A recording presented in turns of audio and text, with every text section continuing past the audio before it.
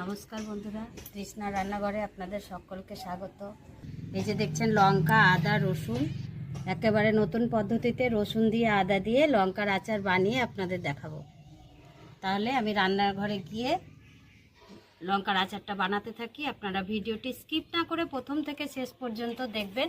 অবশ্যই like comment করবেন আর বন্ধুদের সঙ্গে শেয়ারও করবেন।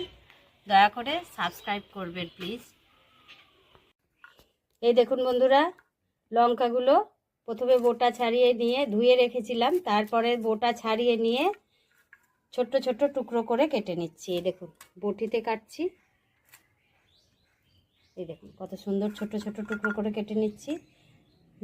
অনেকে মাঝে চিড়েও দেয়, চিড়ে দিলেও হয়, কিন্তু চিড়ে দিলে এই খুব ঝাল লঙ্কা তো গোটা গোটা খেতে পারবে না, তাই আমি ছোট ছোট টুকরো করে কেটে নিচ্ছি।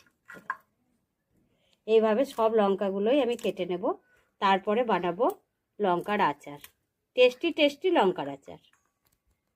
দেখুন বন্ধুরা, প্রথমে তেলটাকে আমি গরম করে নিয়েছি। তেলটা দিতে হবে, আমি অনেকটাই তেল নিয়েছি। ওখানে 500 গ্রাম লঙ্কা আছে, 50 গ্রাম আদা আর 2টো রসুন। তেলটা এবার গরম করে ঠান্ডা করতে দিতে হবে। তাই আমি প্রথমে একটা বাটিতে ঢেলে নিচ্ছি তেলটা, আর কিছুটা তেল এর মধ্যে রেখে দিলাম বানাবো বলে। বন্ধুরা, তেল দিয়েছি, একটুখানি হিং আমি তেলের মধ্যে দিয়ে দিচ্ছি। হিংটা যেই ভাজা হয়ে গেছে দিয়ে দিচ্ছি 1 চামচ মতো 5 ফোড়ন। রসুন দুটো রসুন আমি ছাড়িয়ে এখানে রেখে দিয়েছিলাম। ভাজা হয়ে গেছে, এবারে এর মধ্যে দিয়ে দেবো আমি কুচানো লঙ্কাগুলো।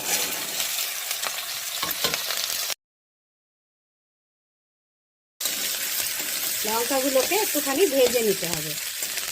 আর এর মধ্যে দিয়ে দিচ্ছি রং করার জন্য হলুদ, স্বাদ মতো লবণ, যার যতটা পরিমাণ থাকবে লঙ্কা তেমনি লবণটা দিতে হবে। 1 চামচের 3 ভাগের 1 ভাগ চিনি। এবারে এটাকে আমি খুব ভালোভাবে মিশিয়ে নেব। কেউ আরেকটু লাল রং করার জন্য কাশ্মীরি লঙ্কা গুঁড়ো চাইলে দিতে পারেন। কালারটা ভালো আসার জন্য এখানে 1 চামচ কাশ্মীরি লঙ্কা গুঁড়ো আমি দিয়ে দিচ্ছি।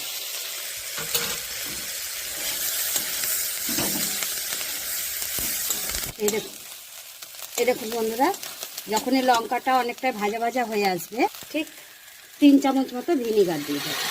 আর ভিনিগার অনেকের নাও থাকতে পারে, ভিনিগার ছাড়াও আপনারা লেবুর রস দিয়েও